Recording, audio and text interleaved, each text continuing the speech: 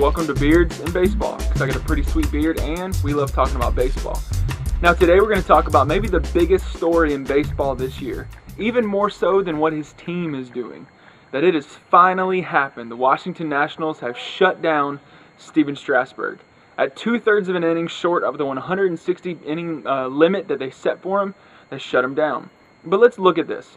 The Nationals are in first place. They have the best record in all of baseball.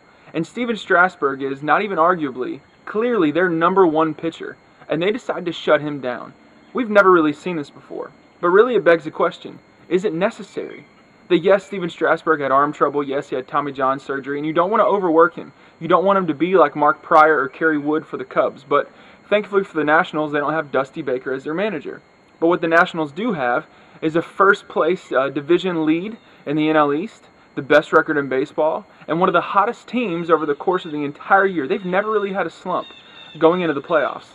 And now they're going to shut down their #1 pitcher. And so for me, the answer isn't that they shouldn't shut Stephen Strasburg down. Maybe they should.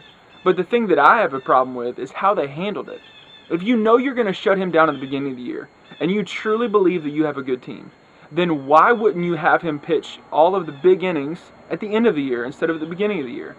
So for comparison, this is something that Fox Baseball showed on this past Saturday.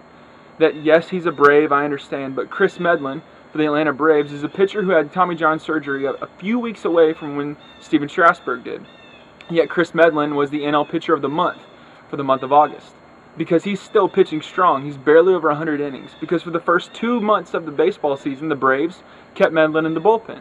And so now there's no innings limit pitch count with him that you have to worry about because he's fresh. So if the Nationals would have done this, you'd still have your #1. But thankfully for them, and this is the reason why they're in first place, they have some other really good young stud pitchers. Gio Gonzalez, Jordan Zimmerman, they're okay themselves. So I think the Nationals will be fine. But if it was me, I would have saved Strasburg. Let him pitch the end of the year and really ride him going into the playoffs.